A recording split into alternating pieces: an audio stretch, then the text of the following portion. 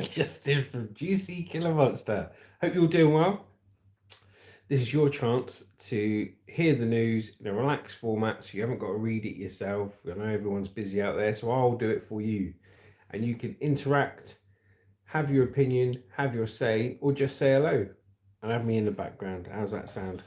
Just going to wait for a few people to turn up, mate, because I've started about 10 minutes early. So I'm going to finish my cup of coffee while I live through today's stories. If anyone is out there, say hello. Ah, dear. Hey, Pete, how you doing, brother? We can have a chat, can't we, until people turn up, because we're nice and early. How was your weekend, mate? Do you have a good one? Watched your video yesterday. I think Hannah said she's going to watch your video today. She's at college and stuff like that, so she's going to have a quick look at your video. She'll drop you a comment. It's stinking hot out there, is it? I wish it was here. It's been a bit warmer here, but yeah, you know, I say a couple of weeks ago it felt pretty freezing walking around here, but yesterday it wasn't too bad. It wasn't hot, but you know, it wasn't absolutely freezing, mate. But yeah, I enjoyed your video, mate. Very good. And I saw some of your shorts actually, and I really like the short you did with your truck where it turned into lightning. I'm guessing it was a bit of AI or whatever, but it was really good. Really good, mate. You know more about that AI stuff than me. I watched one of them videos last night. Have you ever seen one of them videos on YouTube that says, "Oh, how to use Chat GPT and Canva to make 1,000 shorts in quick succession?" And it was a 20-minute video, mate. And it was so complicated. He was like with the way you got to speak to the AI, he's got to go, right, part one this, part two that, part one this, part two that, subject line this. And all it did was give like 1,000 shorts with the same background with just different words on it. Do you know what I mean? I thought, and the way he's going on about it as well. So I thought, nah, you're all right, mate. I'll do my own shorts. Just as soon as my back's better, I can start dancing again. Do you know what I mean? But, you know, when you're in a dance off with Hannah, you end up breaking your back. Oh, I did. Not broken, mate. Just my pride. But it's all right. I'm dosed up to the hill with pain meds, and we're going to be good. Right. I'll tell you what, mate. Let's start our first story. The short of my ute was done on CapCut. Yeah, it's quality, mate. Really good. Han, when you get a chance, have a look at Pete's. He did a really good POV. Does mainly POV videos. Hannah's here. She says hello, Pete. Hello, Pete. But he did a really good short. Adventures in a Ute. Yeah, that's a Ute or the Ute. In a Ute. But he's done a really good short with this his truck he's got. Hey Pete, you'll never guess who I saw the weekend, mate. In a Ute. Check these little bad boys out. Dun, dun, dun, dun, dun, I found him. Look at that, Pete. I got that at a car boot sale. Pete, I've just subscribed to you. It's on a good bit of alley look as well. He wanted a £5 for it. I paid him £2. Result. Pete says, "G'day." Yes, mate, did a really good car boot video yesterday. Really long form video. And we bought some proper good stuff. So if you're into all that, have a look. We got I've got a couple of coins as well, commemorative coins. I bought 3 coins. We bought some this and that. Yeah, Hannah did spend all the money. Pete says thanks. You're welcome, Pete. Yeah, that's what happened, mate. They went out. It's Lucy's fault, really. Because I said to her in the morning, I said, "Oh, grab some money from the safe light so we could buy some stuff." So she come down, she grabbed 20 quid. And it's just not enough, is it? And I had 15 quid in me wallet. So we went down there. And then she said, "Oh, can I borrow your wallet? Just going to get some bits for Hannah." Because she said to Hannah, "Don't bring any money as well." And so she went off with Hannah, and I had 30 quid in my wallet, 35 quid in my wallet. Come back, I had like 3 quid left. I said, where's all the money gone? She goes, "Oh, I just spent it." I said, but we just got to the car boot. So that was another genius moment, but we struggled on and we got through. Anyway, let's start this news report. If you are watching this on playback, thank you for watching. Interactive news, live stream news, whatever you want to call it. A relaxed format of watching the news. So, Watchdog to issue new guidance after reports find your air fryers might be listening. The Information Commissioner's Office will be updating its guidance after a Which report found 2 air fryer manufacturers have been sending personal data to servers in China. Oh no. So you can't even cook your sausages without somebody telling everyone in China about it. Smart device manufacturers will be issued with new guidance on how to comply with data protection laws, a watchdog has said. After it emerged, air fryers may have been listening in on families' conversations. It's like Alexa and stuff. They listen in. Yeah, it's like... I don't have an Alexa anymore. I've got a CD player. Yeah. It's all dodge, mate. All dodge. Bloody air fryer. I wonder what the washing machine's picked up over the years. Do you know what I mean? The Information Commissioner's Office, the ICO, said people feel their household products collect too much information about them, and they feel powerless to control their information is used and shared. The watchdog is set to issue new guidance in spring 2025 after a report by a consumer group which revealed how some air fryers, smart TVs, and smart watches have been collecting data on those who own them. Pete goes, they're on to you, Justin. You don't need to butterfly your snacks. Hello, Jamie. All right, brother. Thank you for joining. We just started with air fryers, mate, sending information back to China. 3 air fryers made by the Chinese brand Xiaomi, Tencent, and Agiostar wanted to record audio on their owner's phone for no specific reason, according to the Which study. Diego Star and Xiaomi fryers also sent people's personal data to servers in China, although this was flagged in the privacy notice supplied with the product. Hey? Meanwhile, smart TVs made by Hisense and Samsung, which were tested by Which, asked for people's postcodes during setup. Samsung's TV app also asked for permission to be able to see all the other apps in the user's phone.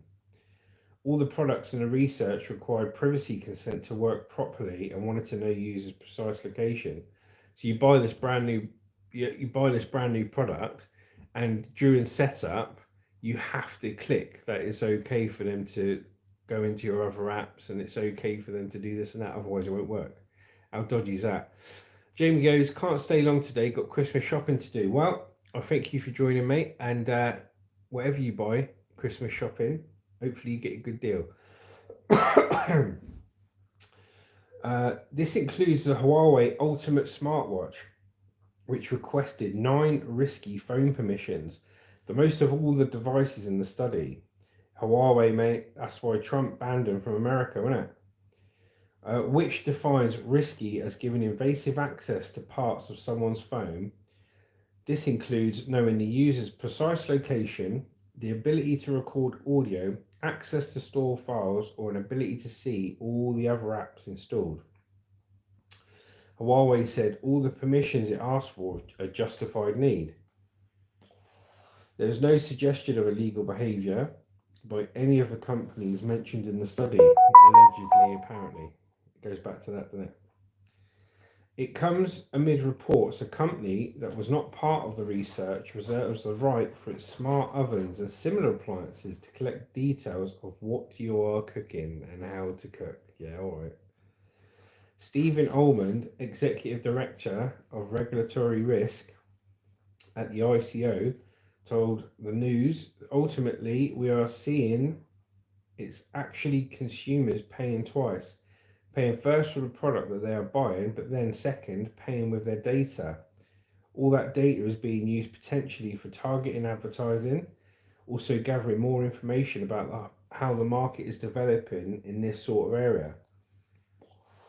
So it's really important, if these devices are to be used with trust by people, that the industry comes clean around how people's information is being used. Wow, let's have a look here. Pete goes, when's it going to end? Gathering personal information, mate. Yeah, it's terrible. I mean, geez Louise, mate. You buy an air fryer to cook some sausages up or whatever, and they know what you add. You know, they know your bloody credit card number by the end of it. An estimated £15 billion worth of smart gadgets are expected to be bought by people in the UK this Christmas, according to the home assistance provider HomeServe. It has been reported that in many cases, a product's manual reveals the extent to which the manufacturer collects personal data. However, according to one estimate, the average consumer privacy policy reportedly runs to 8,000 words, requiring around 35 minutes of reading time. That's just the manual, mate. An ICO spokesperson said its fresh guidance for firms next year will outline our clear expectations for what they need to do to comply with data protection laws and in turn protect people using smart products. Now, like Hannah just said, we used to have one of those speakers in the living room that you say, you know, hey this, hey that, yeah? I can't say it because my phone will turn on. But we used to have one of those, and you wouldn't prompt it to come up, like you get it to play music and stuff like that, or ask it a question. But you'd be in the middle of a conversation, and it would turn around and go, "Sorry, I didn't quite understand that. Could you repeat that again?" Or like, and it's listening to your conversation, and then because it couldn't understand what you were saying, it was cheeky enough to ask you to repeat yourself, so it could record it properly. How bad was that? Not good, mate. Oh man. They said in a statement it will cover areas including how to ask for consent, how to provide privacy information, and what tools need to be available for people to exercise the rights. The upcoming guidance will provide clarity on our expectations for manufacturers, allowing them to plan and invest in the use of information responsibly. We want to help organisations get it right. However, we will be closely monitoring their compliance and will be ready to act to ensure consumers are protected from harm. They said smart products know a lot about us, including people they live with, what music they like, and what medication they're taking. How long will you need the tripod for? Because I need to record a video. Yeah, I'm going to be using it for about an hour and a half, darling. You need to buy your own tripod. Yeah. That's why it's vital that consumers trust smart product manufacturers to use their information safely and in the ways they expect. For example, we would expect a small product to only use and collect the personal data it needs to provide its functions. They added. So there you go. So let's have a look here. So when's it going to end? Gathering personal information. Jamie says Czech billionaire has been approved to buy Royal Mail. Bloody hell. I hope my phone or smartwatch wasn't monitoring me when I got caught short in the bush yesterday. Then I had to take a dump behind a tree. Well, I don't know about taking a dump behind a tree, but there was already a sign saying danger, snakes. So it all depends who was watching, Pete. You know, if you get your snake out in the bush, mate, they're not going to like it. But yeah, I tell you, I haven't got one of those smartwatches. I've obviously got my smartphone, but I need that. I can't be without that. But all this other stuff, mate, rip that speaker out the wall straight away. Can't be having a speaker asking you to repeat yourself when you haven't even asked it to record you when you're having a bloody conversation, like, you know what I'm saying? Right, let's have a look. So how's everyone doing today? Jamie's going shopping, Christmas shopping. Pete's got caught short in the bush. Let's have a look here. What is it about the Andrew spy?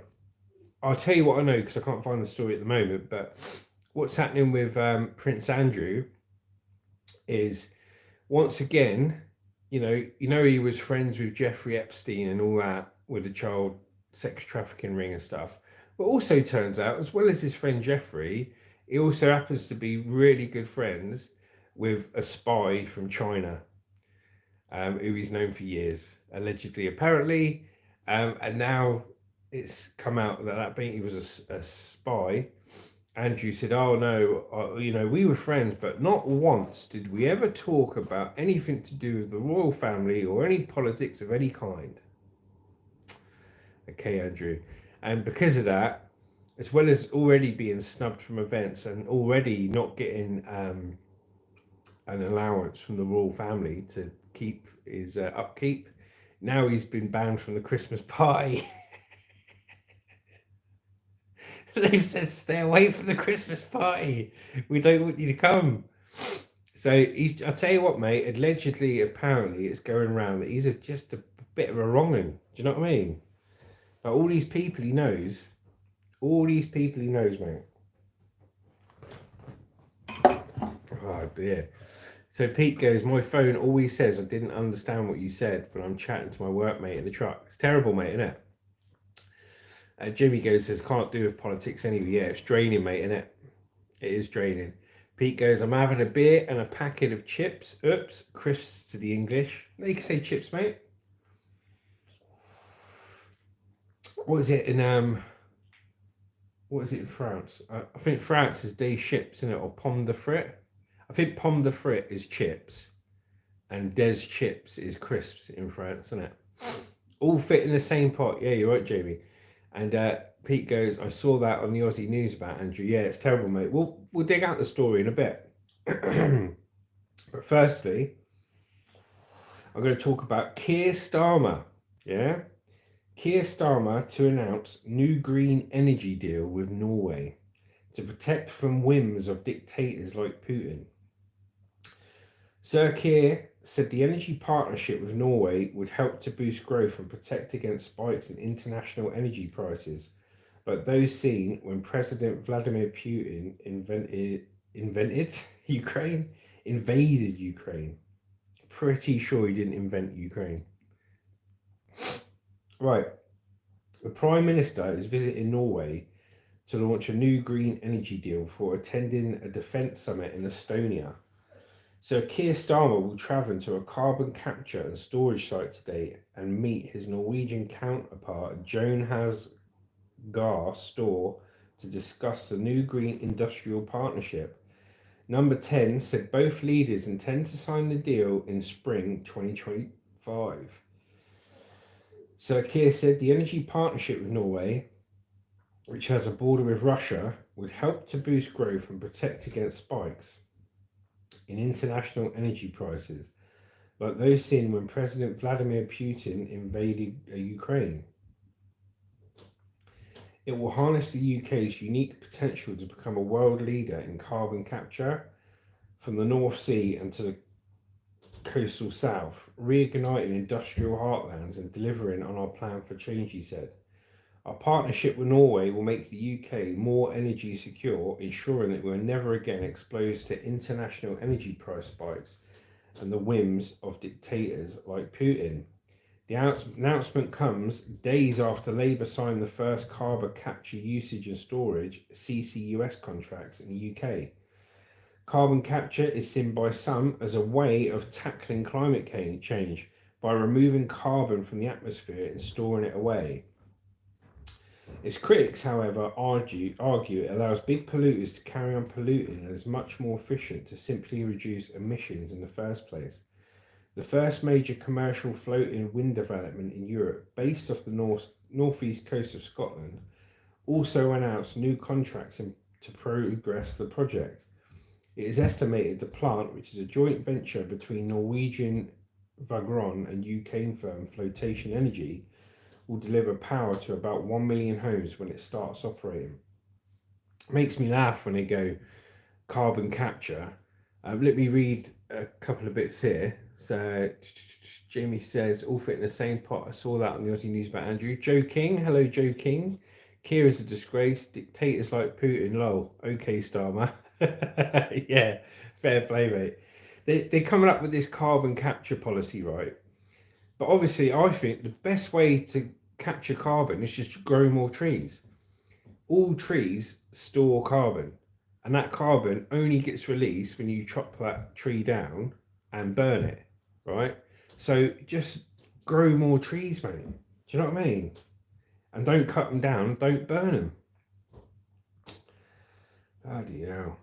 I mean, even if you cut them down and use them for something else, like paper or stuff like that, surely because the material hasn't been burnt, that's still actually a way of storing carbon. It just transfers from one product to another. But I suppose you produce carbon by producing the paper, don't you? But there we go. There we go. I got a D in science at school because I just mucked about. So didn't think that was too bad of an answer. Mr. Garstor said, "We need cooperation, knowledge, and innovation to better equip us to face the future. The partnership with the UK will be important to facilitate more green jobs in both Norway and the UK and for advancing the green transition.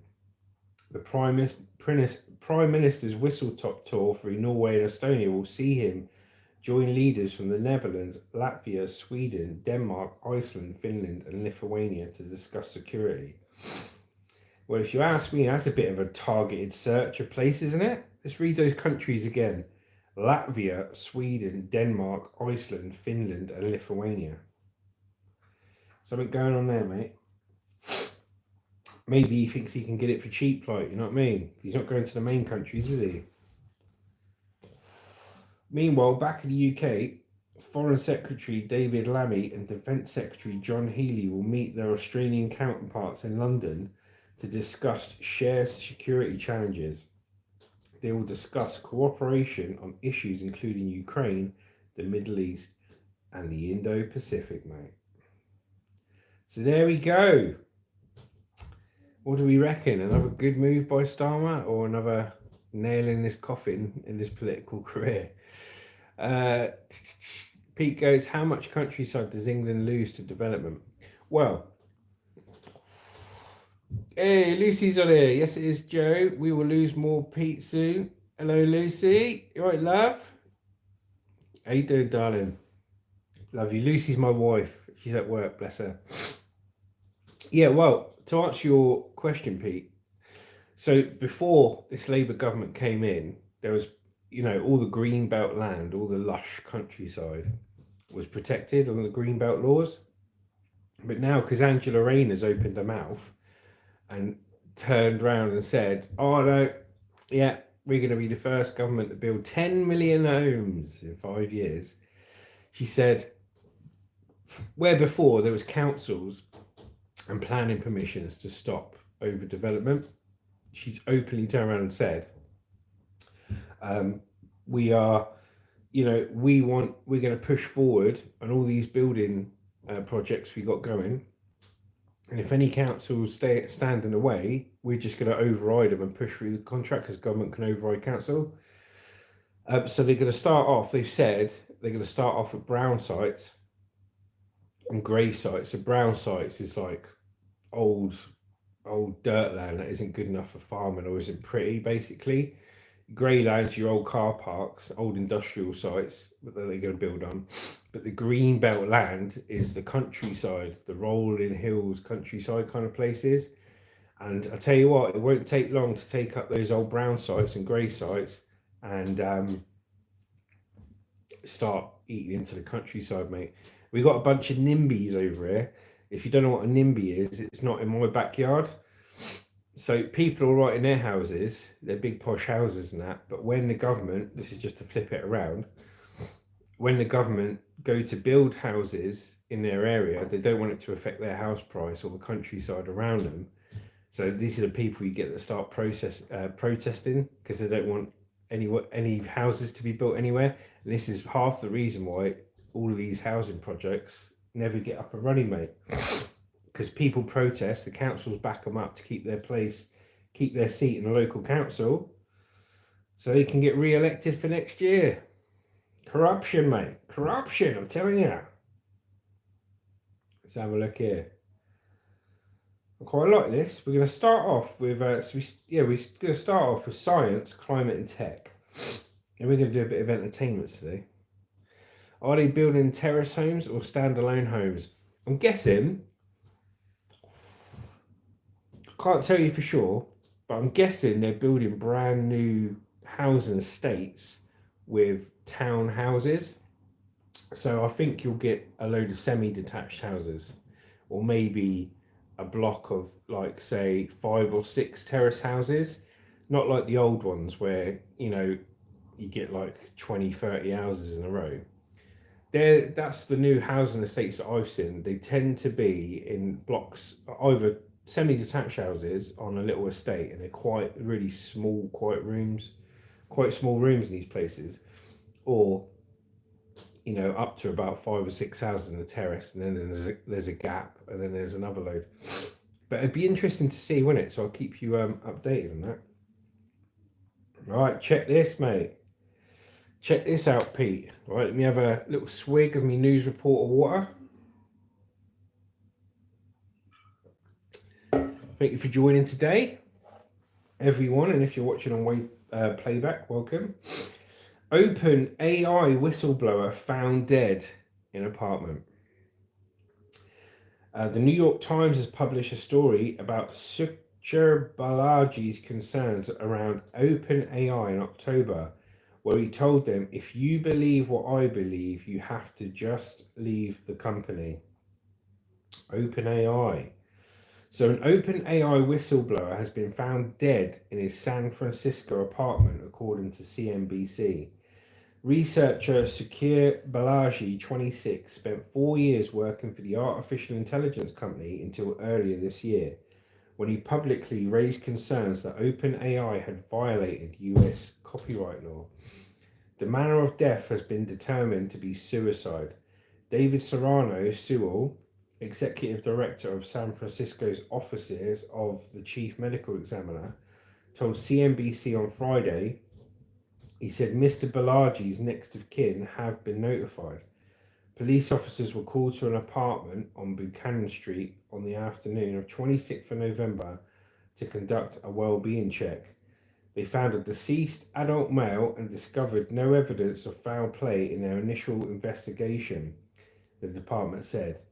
The New York Times published a story about its concerns around OpenAI in October, where he told them, "If you believe what I believe, you just have to leave the company."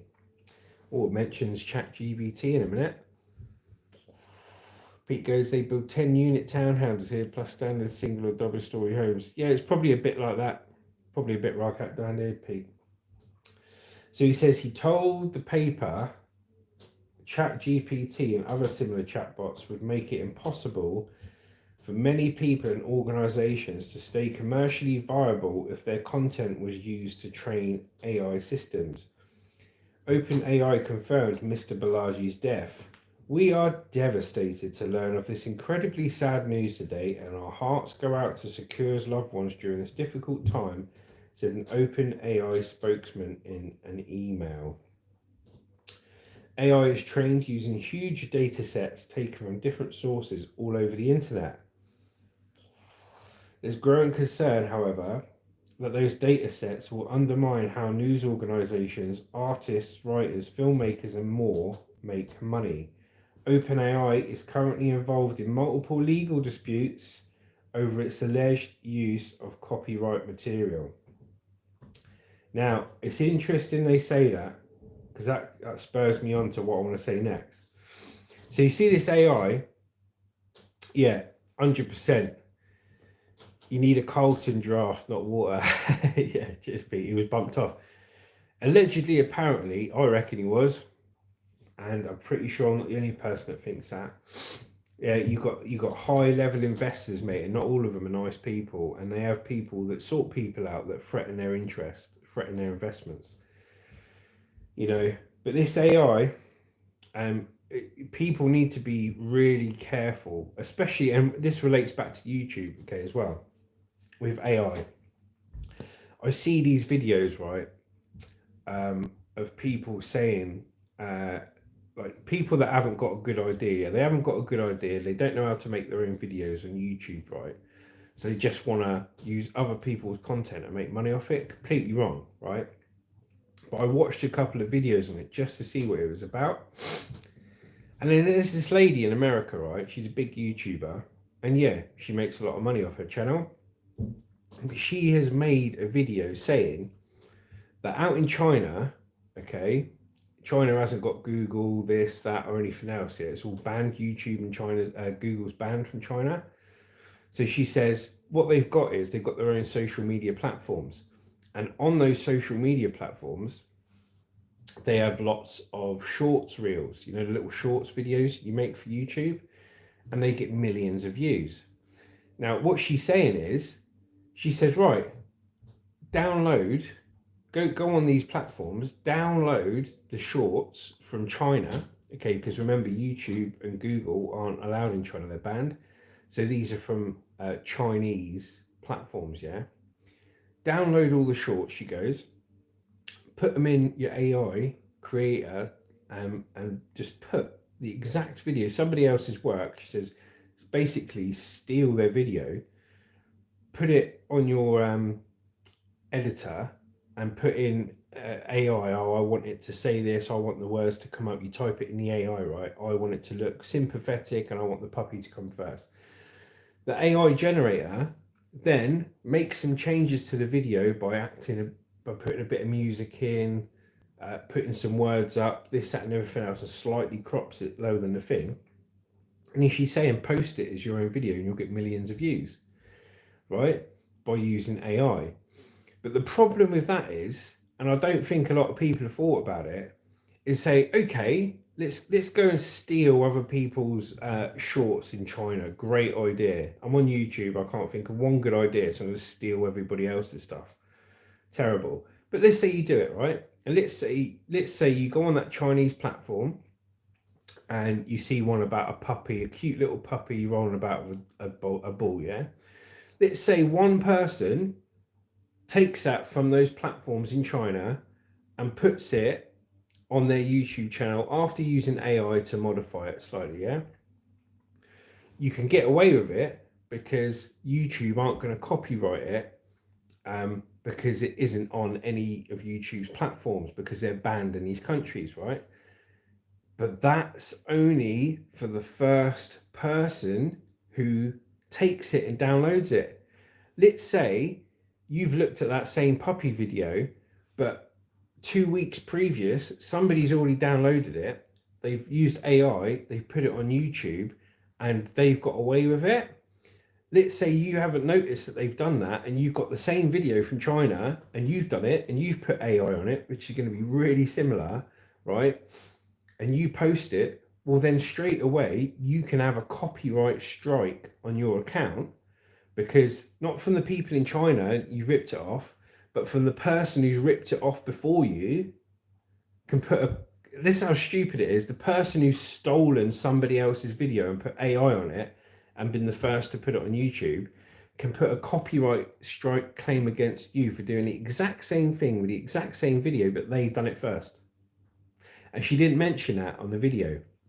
And it's really dangerous because loads of people are going to look into that. People that are struggling for content.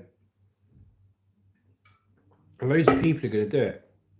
And when I say a copyright strike, I don't mean like you've got copyright for a bit of music. That's not a copyright strike.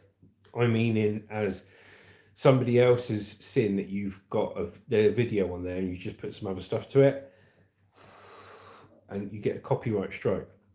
When somebody applies a copyright strike against you, they've got the choice to allow you 7 days to take it down and then you don't get a copyright strike in your account, or they can just go straight for a copyright strike. And if YouTube approves it, you get a copyright strike on your account, a proper one. Now, any account that gets 3 copyright strikes gets terminated and you're banned from YouTube for life. Don't do it, guys. Don't do it. Come up with good ideas yourself, and then if somebody else rips them off you, then you can sue them. Happened to Beard Meets Food. Has anyone watched that Beard Meets Food on YouTube? Because this is all relevant. This is all news as well. I watched Beard Meets Food latest video, right? It's a little 4-minute video. And somebody, this is how bad it is, right? Somebody somewhere set up a channel called Fat Fum or something.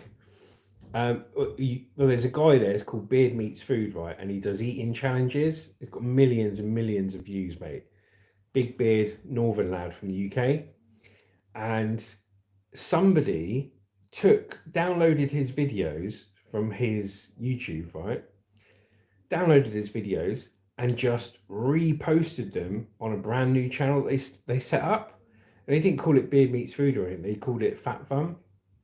They uploaded his videos, and all they did was they used the same thumbnail but put like wow, this and that. And anyway, he was out filming, and they've done it to about 12 or 20 of his videos, something like that. And his mate said, "Here, your videos on this other mate's platform," and he's getting thousands and thousands of views from it. And he goes, "What?" Yeah, he goes, "Yeah, getting thousands and thousands of views." So he did a video about it, and he knows obviously about the copyright strikes. So he put 3 copyright strikes in to get the channel terminated. And when the first copyright strike got added to the account, the people emailed him. They had the cheek to email him and say, "Oh, hello, Mr. Adam. Please remove the copyright strike from our account. Otherwise, we'll face the YouTube death penalty." And he's like, "No, you've stolen my content purely for money. Like," he says, "your channel is going to get shut down. You know, you need to go and do something else." But this is what it's like, mate. People out there, you know, they're starting a YouTube channel, right? And some of them are doing it just for money, right? And what they're doing, it affects creators because all your content can get stolen, and you have to be aware of where it is. And obviously, you can put copyright strikes in, but it's dodgy, mate.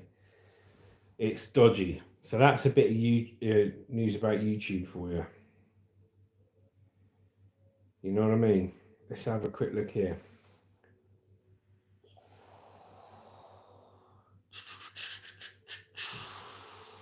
Let's have a look. Hope you're all enjoying the news today. So we've got Sean Diddy Combs. This is Puff Daddy. Former hip hop dancer speaks out about the industry. They share women and they share secrets. So Elizabeth Overson, formerly known as Kareen Steffens, published a tell-all book in 2005, Confessions of a Video Vixen, about her experiences of the hip-hop industry. Now she's speaking out in the wake of the allegations against Sean Diddy Combs. So what Sean Diddy Combs is being accused of is not rare. He's not an anomaly. For a year in the early noughties, Elizabeth Overson was a hip-hop video star, dancing alongside some of the biggest names in the business. It was an era of big budget music videos filled with, in rap especially, money, cars and women. She kept diaries in 2005.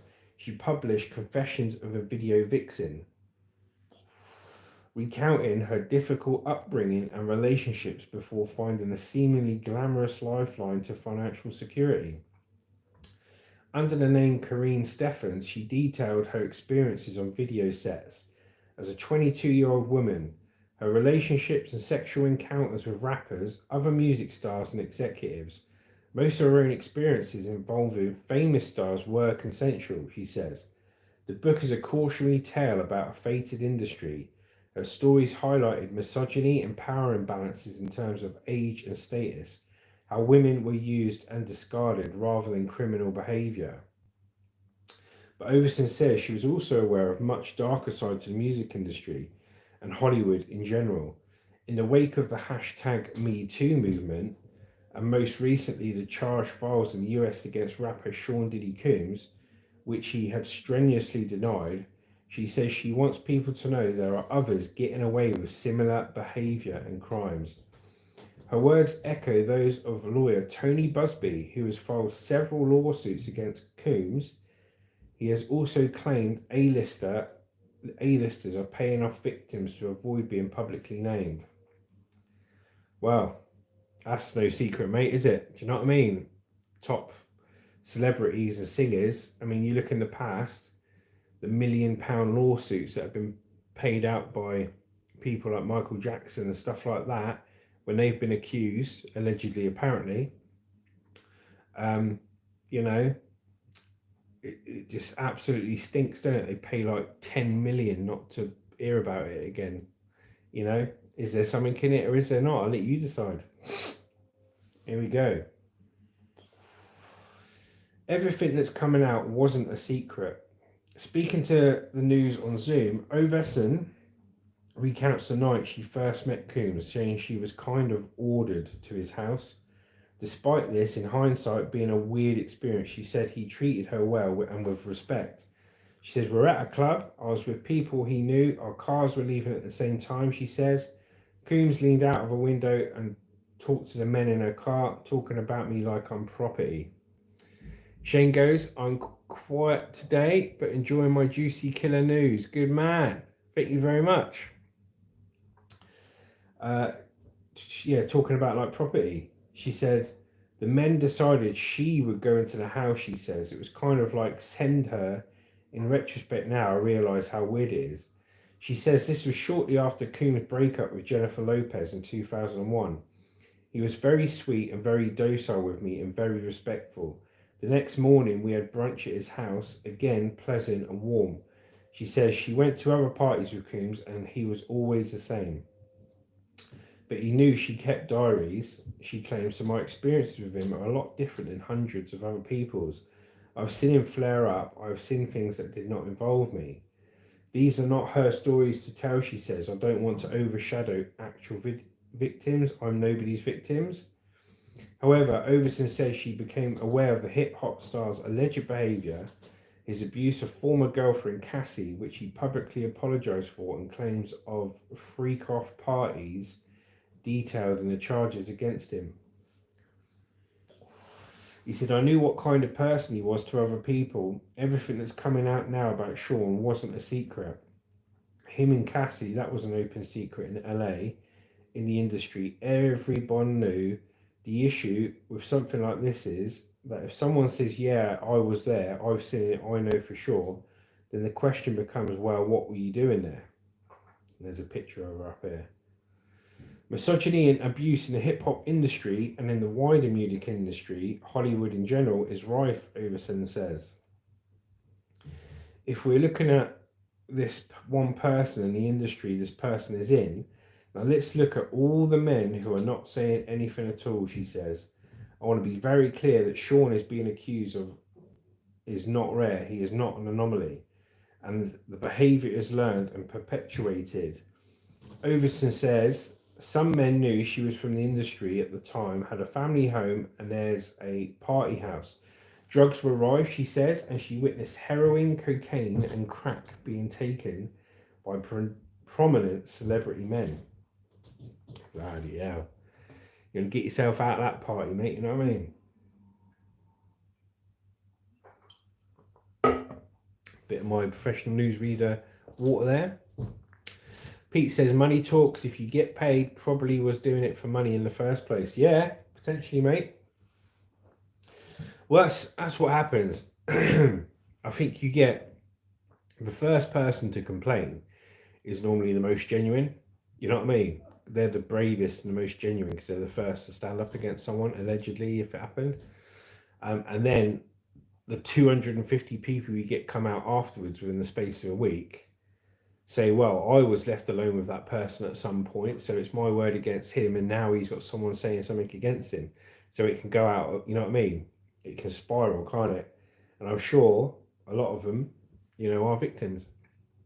And hopefully they get what they want out of it. But I'm sure there are probably a few that have just jumped on the bandwagon, you know, seeing it as an easy payday. And that's what these rappers use as a defense. That's straight away, they just discredit everyone. Because if they can discredit the people, then everything they say after that's discredited. So instead of discrediting one thing they say, if they discredit the person as a whole being, then everything they say after that's discredited. Easy tactic, isn't it? It says, women are treated as objects and often suffer sexual abuse, she says. Some men too, and underage boys and girls, she claims. Artists have the same agents, the same managers, the same handlers, and the same accountants. They have the same friends, they share jets, they use each other's houses, they share women, they share secrets. It's not just a Sean Coombs problem, it is a worldwide issue. It's all about men with money, men with power. Now, how many of those men do you think knew Jeffrey Epstein? You know what I mean? When Overson arrived in LA, she was looking for dancing work, being discovered for music videos with payment of thousands of dollars for a day or two on set would set her up, but she says she was never naive about the industry and also acknowledges that a lot of her experiences were fun. She said, I also knew what it was. I also knew why I was there. Women were being used as props and to make men look good. And we were disposable and not treated with respect for the most part. But coming from my particular background, having been an exotic dancer, that didn't deter me or bother me at the time. So CCTV cameras and NDAs. Pete goes, high profile person here has been charged with rape, but he's got his name suppressed because it may affect his mental health. Bloody hell. Because it may affect his mental health, yeah. Terrible, mate, innit? You know, if a crime has been committed and stuff like that, it's going to affect everyone's mental health, innit? How can they use that as a defence? Ridiculous. You know, just need to stand up. You either stand up and be accounted for as something they've done, or stand up and, you know, defend themselves against what's being said. You know, hiding behind, oh, you can't actually say my name because it's going to affect my mental health. Ain't going to cut it, mate, in the world of the public opinion. So CCTV cameras and NDAs, non-disclosure agreements. This is no longer Overson's world, she points out. She has published several books since her first and has also given lectures about her experiences. However, she says she has friends in the industry who say things haven't changed. She claims she went to house parties and woke to screaming in the middle of the night. Women being beaten, slapped and pushed around, as well as men being abused, and closeted artists who feel shame which turns to anger around sexual proclivities. Non-disclosure agreements are signed and people are often paid off, she said. It's not rare or weird, it's just the way it always has been, where the men do awful things and they pay people off. NDAs were often presented at the doors to celebrity homes before parties. Overson says she signed one herself on one occasion in 2000 but refused after this. They have cameras everywhere, she says, as would be typical for security of an expensive property. Not only is that NDA going to tell you whatever you see here stays in the house, it's also going to explain if anything happens to you, you can't sue. And there's also a clause about any videotaping. I ain't being funny, right? Yeah, he's got too much money, I think, yeah.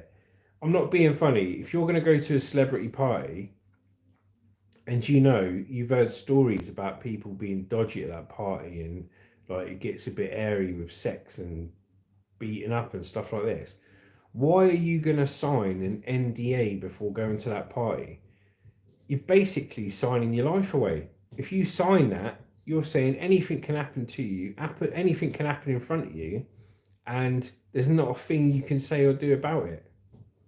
Stupid, man. I wouldn't do that. Let's have a look. Overson claims there are prominent actors, artists, producers, and executives all involved in similar behaviour. She never witnessed an alleged freak-off party because she says again, Coombs was aware she kept a diary. But did I know about them? Yes. Did I hear about them? Yes. There are others who have their own versions, she says. I'm thinking of one actor in particular, an Oscar-winning actor. She said she was called a whore and a liar when she published her book, and in years afterwards, people were angry I discussed men they revered in a way that didn't uphold their reverence. She says, but nothing has sugarcoated even my willing participation. I didn't try to make myself look good. I just told the truth. Overson wanted people to know what the industry was like. Women are shamed about our consensual sex. We're shamed about our non-consensual sex. Women are shamed no matter what they do. Since the rise of the hashtag #MeToo movement, she has noticed a change in the reaction from younger women discovering her for the first time. She is frustrated. There had to be no change at all, but pleased for younger women, she says. Next year, she will realise an update version of her book marking 20 years since it was published. I want this new generation to understand how important it is to believe women to support each other. Mate, I ain't being funny. If she wrote that book 20 years ago, yeah, do you think the truth will ever come out? I think it will, mate. Yeah, I hope so too. She's written that book 20 years ago, so she's around Sean Combs 20 years ago. There's going to be a shed load of stuff that he's said and done, mate, she ain't got a clue about. Do you know what I mean?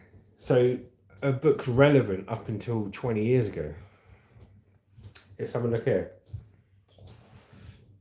So Sean Diddy Combs was arrested of suspicion of racketeering, conspiracy and sex trafficking in September and has remained in prison ahead of the trial currently set for May, having been denied bail.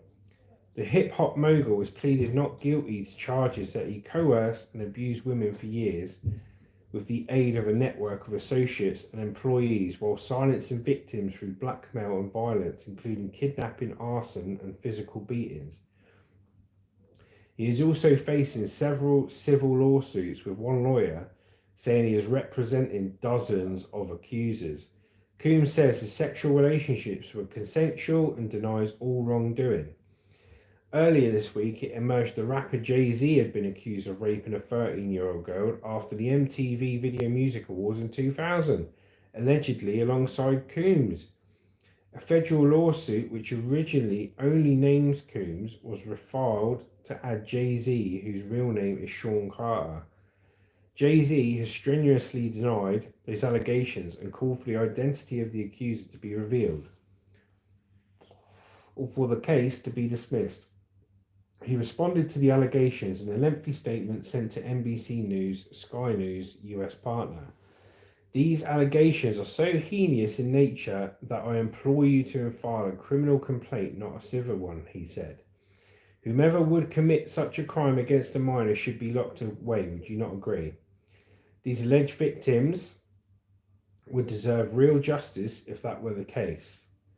The rapper, who has 3 children with his wife Beyonce, continued, "My only heartbreak is for my family. My wife and I will have to sit our children down, one of whom is at the age where her friends will surely see the press and ask questions about the nature of these claims, and explain the cruelty and greed of people. I mourn yet another loss of innocence. Only your network of conspiracy theorists, fake physics, will believe the idiotic claims you have levied against me that, if not for the seriousness surrounding harm to kids, would be laughable." Mate, I tell you what, you got to be careful saying that, you know, what he's just said there. Like I said, he's discrediting the person, which discredits what they're saying. Now, he's got to be careful of what he said, because some people would be like, oh, well, he's just standing up for himself, yeah? Just standing up for himself and this and that. But he's doing a bit more than standing up for himself, because he's proper going in, proper basically saying they're liars, isn't he? You know, and that, if thou protest too much kind of thing, you know, kind of actions speak louder than words, don't they, really?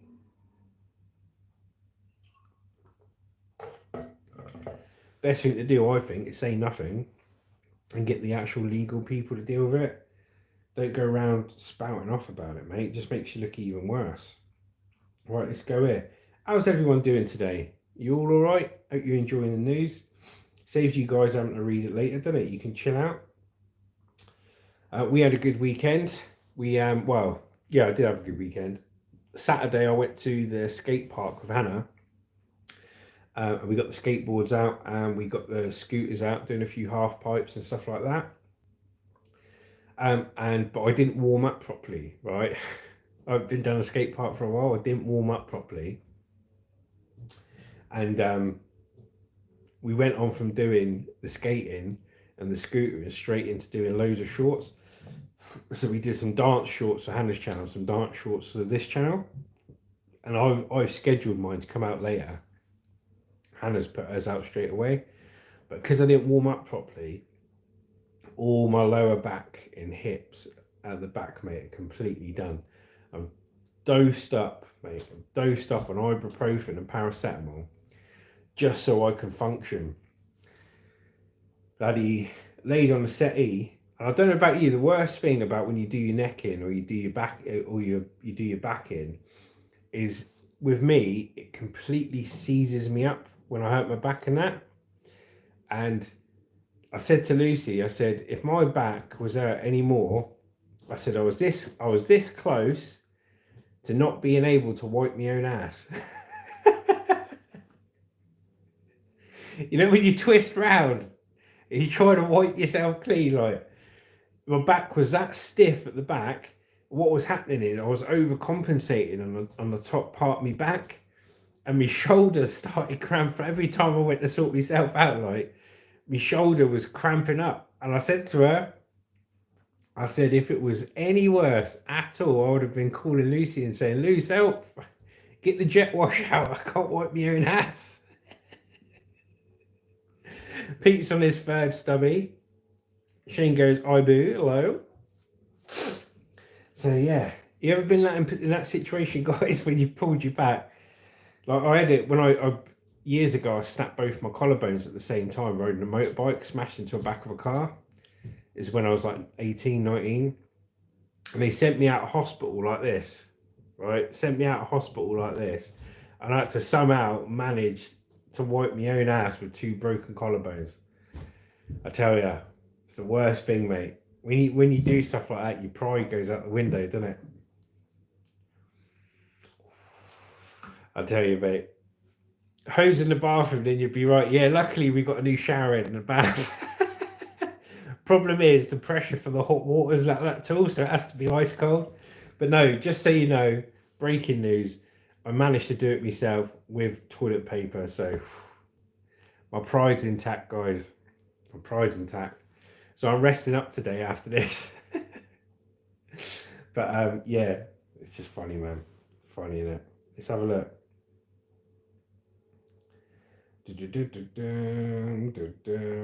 Oh, this would be good. We'll talk about this as well. So what we got here? Shane sending me prayers from Ohio. Thanks, mate. And Pete's. So Shane's sending me prayers from Ohio, and Pete's giving me real practical advice. Put hose in the bathroom, then you'll be right. I love it. All right, let me have a sip of my professional newsreader reporter water. I'll tell you what, before we go on the next story, at the car boot sale, if you haven't watched the car boot sale video, have a look. We buy quite a lot on it. I got these awesome commemorative coins. So they're not gold and they're not silver, but they're commemorative collectible coins. So I got 2 Titanic coins, yeah, 1 goldy looking coin, 1 silver looking coin. Really good quality pressed coin in a coin case. Mirror finish, like really nice polished coins. Look like a silver coin, looks like a gold coin, but obviously it's not. I've got 2 coins for £5, right? And now I looked at those coins online. If I wanted to resell them, they're selling for about £10 each. So there's profit in them straight away, but I'm actually going to keep them for my personal collection. But one of the best coins I got, which is in the video, is this Nui South Pacific Island coin. And it's the horoscopes, you know, the star sign coin. And it's a nice dark coin with all intricate colour detailing of like Libra, Aries, Virgo, all the different star signs on it. And then around the back, it's got a picture of Queen Elizabeth saying 2 ounce or whatever on it, or $2 or whatever. Really good coin. I paid £2 for that coin, and I checked online last night. That coin is selling for £25 second hand. So I've down at the car boot that we go to. I haven't got any Australian currency. I did have a load of old currency, but I'm not overly into just old currency. Like we got rid of our old currency. We had a load from Lucy's mum and that, and she wanted rid, so we just sold it all at the car boot. But what I am into is 1 ounce silver bullion coins, pure silver coins. I've got a load of them, and I want to get a gold one later on. We'll invest in it. But I'm really getting into these commemorative coins that look like gold and silver, or like the ones that are filled with colour as well as the coin. I really like those coins because they're big, there's something to them, they're in a coin case as well. So that's what I'll be building up my collection with, but it's really good as well. And there's the guy that goes down to this car boot. The reason this car boot that I go to is so good is because at a lot of car boots, you just get a load of stalls selling crap, selling tat, yeah? And I only really want to buy stuff that I either want to keep for myself or stuff that I'm interested in reselling on. So I know you can make money buying a bread oven, for example, and selling it on for more money, but I'm not interested in that. What I'm interested in is buying like coins that are easy to store, something I like, and fundamentally anything I buy, I want to actually really like, because if I don't sell it, then I'm happy to keep it, and most of it I won't even put up for sale. Got some really, really good stuff. But check this out. I showed Pete earlier. Check this out. How cool is that, look? Harry Potter, mate. Really high gloss quality picture, look. Massive. On the back of a piece of aluminium. He wanted £5 for it. I paid £2. And I use that. I've made a short with that. I made a short with that that I scheduled to come on in a few days. Like a little skit. It's funny, man. But we got some really good stuff. So if you want to see what we bought, have a look at that video. But Shane goes, I have read an older book that went out after the Queen was crowded. It's really cool. My great-grandmother brought it over from Scotland. Excellent, mate. Excellente. I tell you what, the best thing to watch, because I've watched it, is if you go on the Netflix series and watch The Crown, yeah? Just a quick one. Pete goes, I've got a few William and Kate 20-cent coins. Cool. Happy days. Yeah, I've got videos out there of the coins that we've got.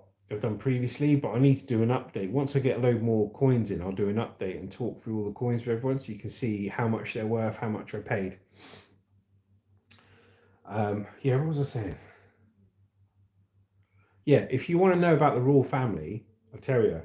Now, not every word's true and a lot of it's dramatized, but you have to watch The Crown on Netflix. Yeah. My favourite royal was Princess Margaret, the Queen's sister, because she was like a bit of a rebel, like, you know.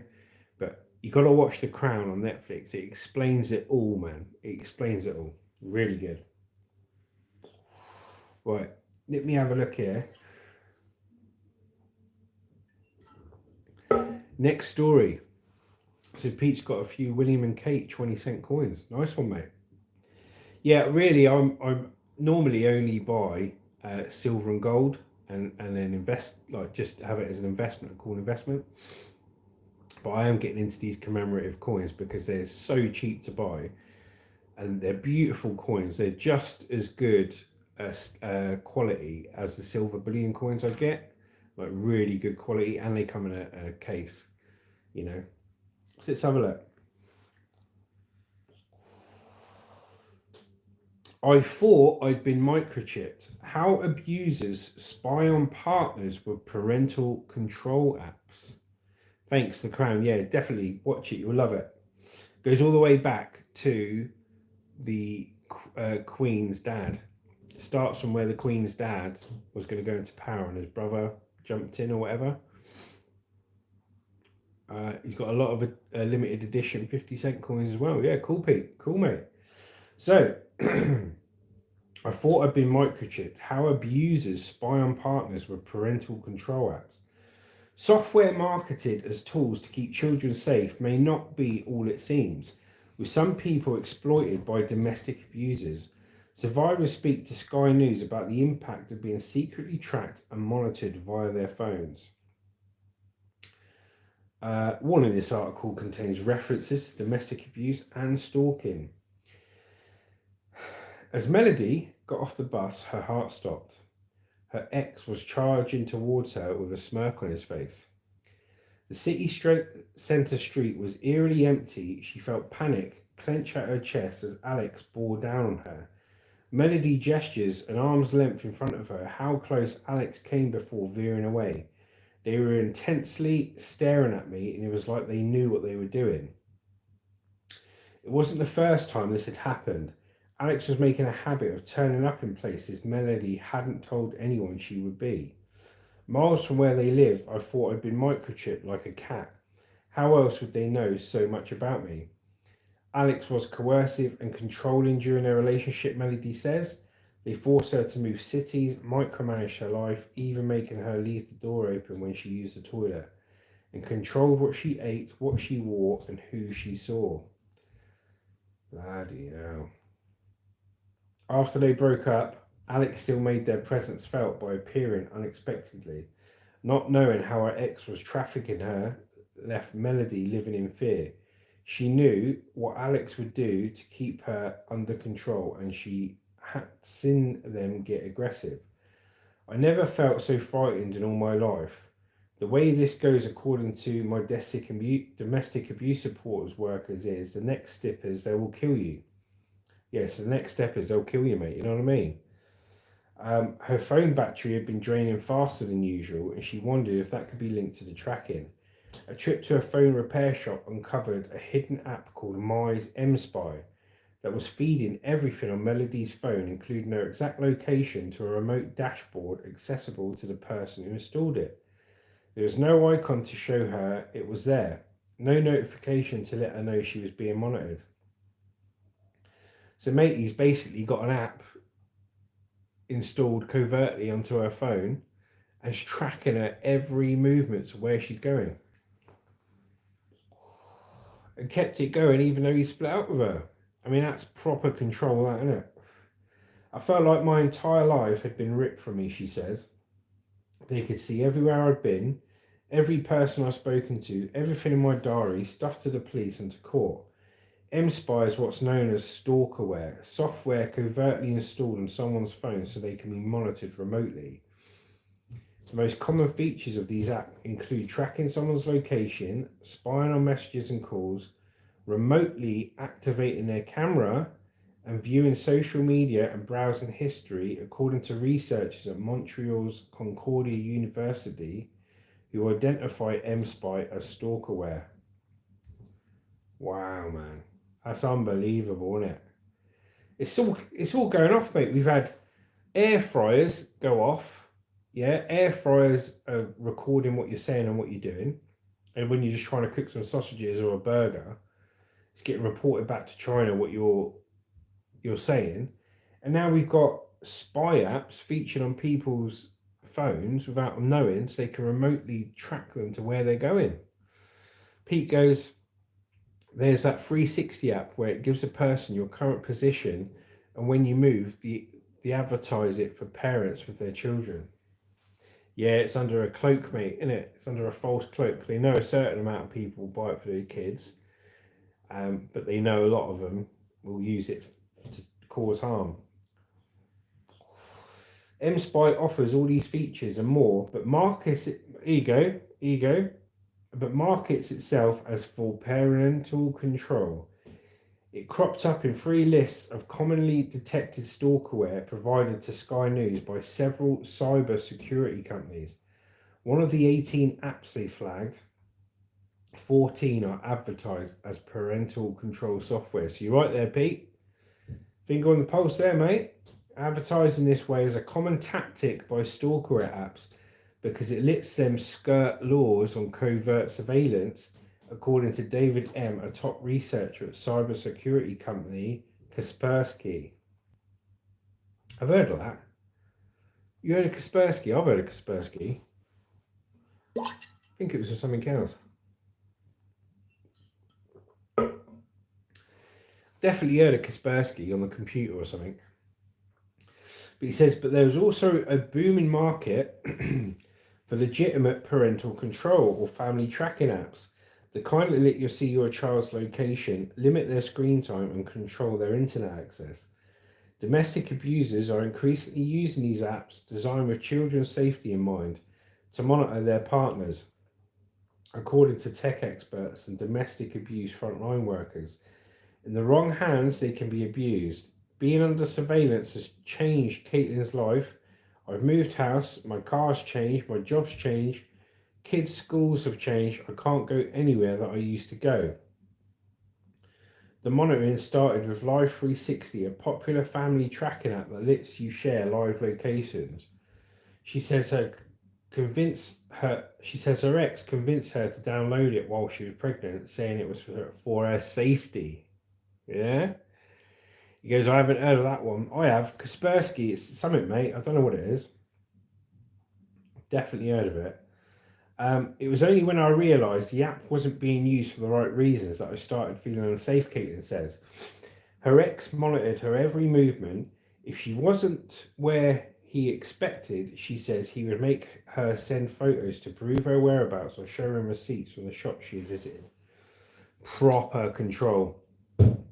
Now, I'm not going to mention any names, but one of my wife's friends has got a boyfriend, yeah? And he started off being all like overly friendly and all this and showering her with gifts and praise and treating her all the time.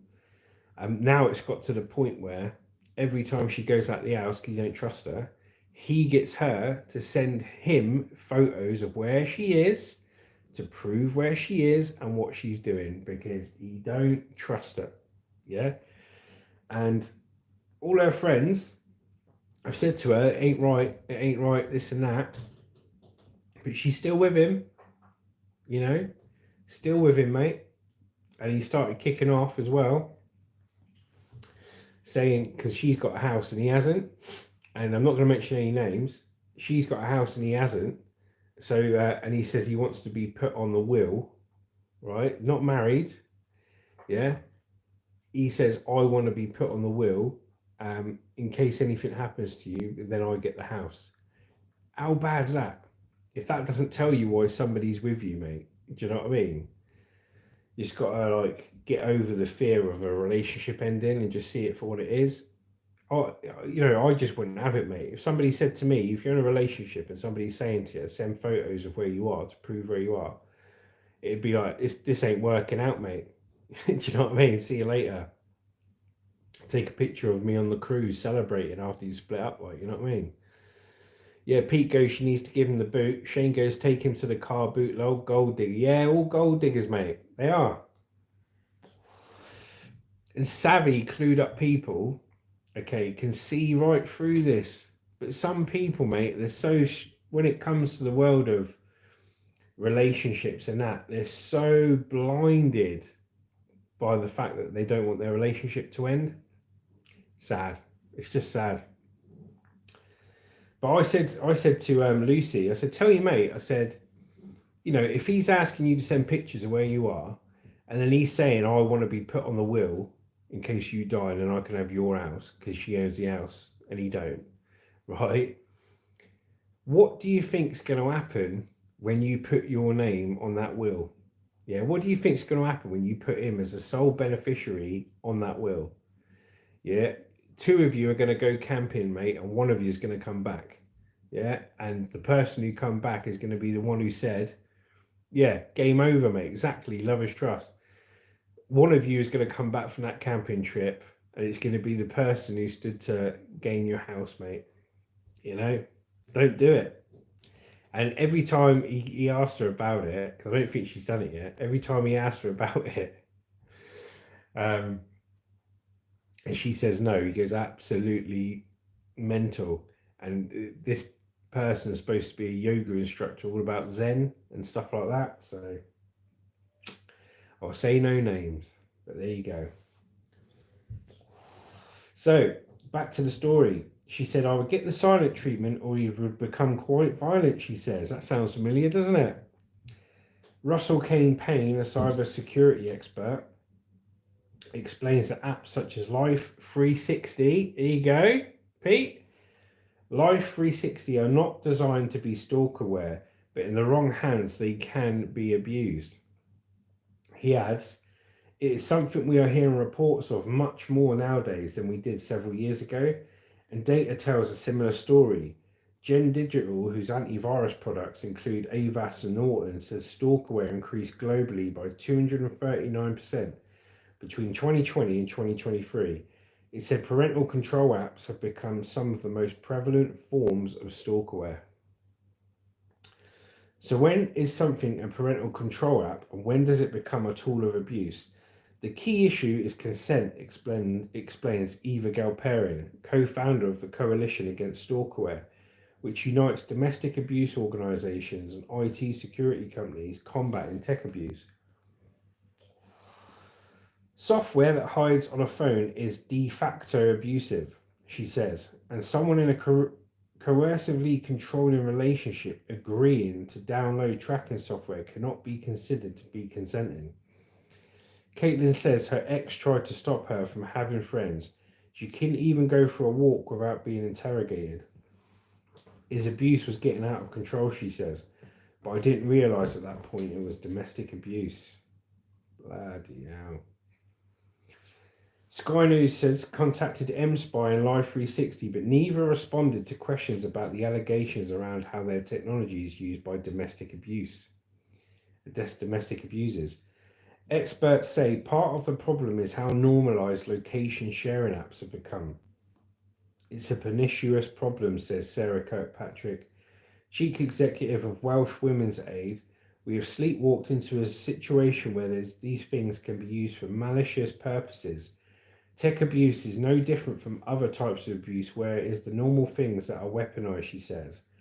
Smart home tech, including Ring doorbells and smart speakers, along with Bluetooth GPS trackers, and abuse that uses location settings offer more options for digital surveillance than ever before, even when products were not designed with that in mind. The pace of development shows no sign of slowing, but there is a little regulation to ensure the next generation of tech won't be similarly exploited by abusers. Emma Pickering, head of tech abuse at the domestic abuse charity Refuge, says the combination of factors creates a ripe environment for someone intent on tracking and abusing their partner. Domestic violence affects more than 2 million UK adults. Charities report that 85% of them will have been subjected to some form of tech abuse. From GPS tracking to have their accounts hacked, receiving threatening messages, and having intimate images shared online. So, what do we reckon, mate? It's all kicking off, isn't it? Pete goes, take me back when there wasn't computers and smartphones. Yeah, I know what you're saying, Pete. It's a bit like that, mate. It's got a bit out of hand, isn't it? I go back to that whole Terminator thing with AI. As soon as it's turned on, mate, it becomes self-aware, starts protecting itself, and then people in power use technology as weapons. Yeah, it's like if you're a human being and you had superhuman powers, right? The sole reason why you couldn't come out as having superhero powers, say you were like Superman or something, yeah? You had superhuman powers, superhuman strength, and you could fly and this and that. Well, if you turn around and told the government that you had those powers, you now become the biggest threat to humanity because you can do what you want, go where you want, this and that. So governments would try and weaponize your powers, weaponize you and weaponize your powers to have a leg up in power. So they've got that power and other people haven't. Or somebody would use it for financial gain. The same with AI, and it's the same with these apps. You know, people weaponize them to get power or money, and that's the thing about it. So it's not great, is it? But yeah, hope you're all okay. Hope you enjoyed that that news live stream. I'm going to lay down now for the rest of the day and rest of the day, and rest my back because I've done me back in at the skate park dancing like an idiot. But I hope you enjoyed the videos. Hope you enjoyed the shorts. Hope you enjoyed our news live stream. We're on every morning, Monday to Friday, 9 o'clock onwards. Just a relaxed format where you can enjoy the news, have your say, and it's really good to get your opinions on the news and stuff. So once again, thanks to Pete in Australia. Pete's off to bed. Thanks to Shane. Thanks, channel. Thank you, Justin. No problems, my mate. And be sure to have a look at our video that dropped a few minutes ago at 10 o'clock about our pop-up Christmas tree. And you've never seen a Christmas tree like it. and it's absolutely lush, and you can set the whole thing up, lights, baubles, tinsel, everything else, in about a minute and 30 seconds. So check out that video, and take care, guys. All right, you've been great. This is Justin from Juicy Killer Monster, over and out. Take care. See you later.